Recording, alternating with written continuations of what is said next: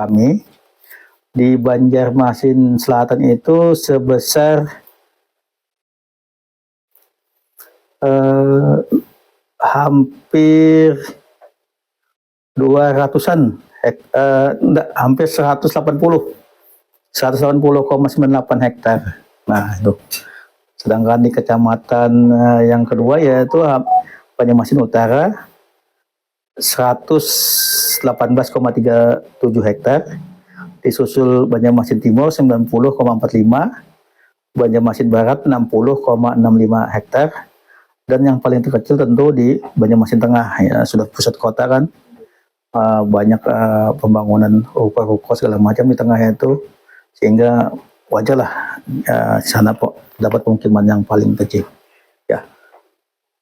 Selanjutnya, apa aja bagaimana upaya pemerintah daerah dalam mengatasi permasalahan permukiman kumuh, dan berapa persen upaya-upaya program pemerintah ini yang sudah terlaksana? Ya, upaya pemerintah daerah dalam mengatasi kumuh ini yaitu pertama kita berdasarkan hasil evaluasi yang terakhir itu 508 hektar itu, kita membuat suatu dokumen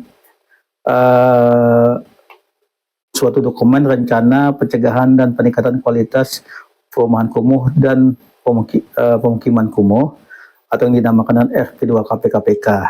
Di sana terdapat kita bagi habis rencana kumuh itu kita bagi habis dalam 7 rencana kawasan. Nah, kita memiliki pola penanganan dulu ya. Kumuh yang 508 itu kita bagi dalam 7 rencana kawasan. Di bagian setiap RK, namanya RK ya, RK 1 sampai RK 7. Nah, RK 1 itu di dalam RK rencana kawasan itu terdapat program-program untuk melakukan intervensi dengan melihat profil kekumuhan di masing-masing daerah. Misalnya kan, katakanlah kelurahan A berada di rencana kawasan 1.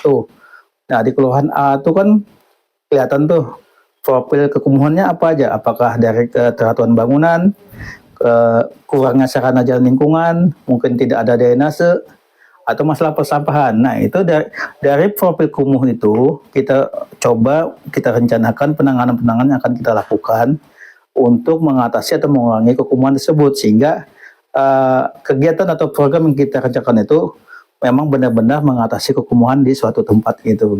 Kita memiliki dokumen lah, kita belum lihat perencanaan 5 tahun ke depan, kita bagi habis luasan kumuh kita itu dalam rencana kawasan. Tiap tahun baik itu dengan lewat dana pemerintah Kota Banjarmasin, APBD kota, maupun dengan dari APBD provinsi, maupun dari Kementerian PUPR, dari pemerintah pusat, kita mencoba menangani kekumuhan di Kota Banjarmasin. Juga kita melibatkan swasta. Kita ada banyak sekali pihak-pihak swasta yang membantu dalam penanganan kumuh melalui program CSR. Seperti kan ada penanganan bedah rumah di Alalak, ya, nah segala macam.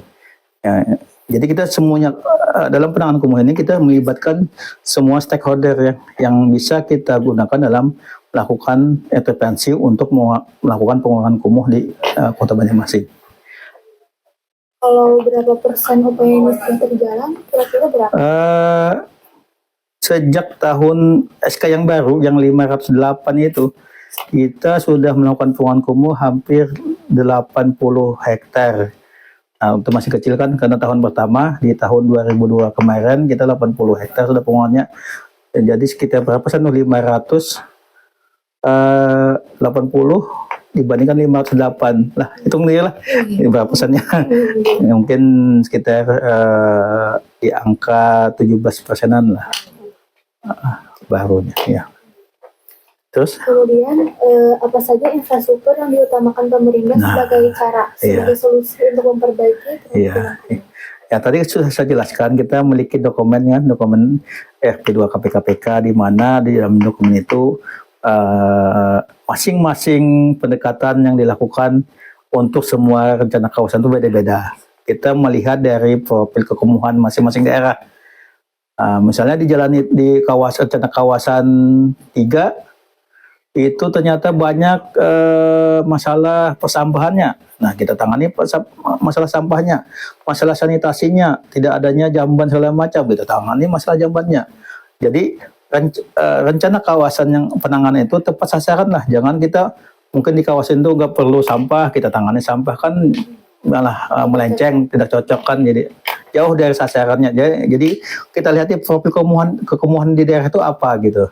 Kan kita sudah nih di dalam dokumennya lengkap nih, ada masing-masing kelurahan punya profil kekumuhannya macam. Jadi ada di dokumen ini, ya, Jadi gitu. yang infrastrukturnya itu diutamakan sesuai kebutuhan wilayah. Iya, besar. kebutuhan wilayah tersebut dari 7 indikator kumuh. Nah, 7 indikator tadi kan masalah jalan lingkungan, masalah drainase, persampahan, sanitasi, proteksi kebakaran, air minum, dan satunya apa tadi lupa. Dari 7 indikator itu, ya. Apa? Kemudian berapa besar investasi infrastruktur dari pemerintah? Ya, sejak tahun 2015 kita hampir ya banyak lah.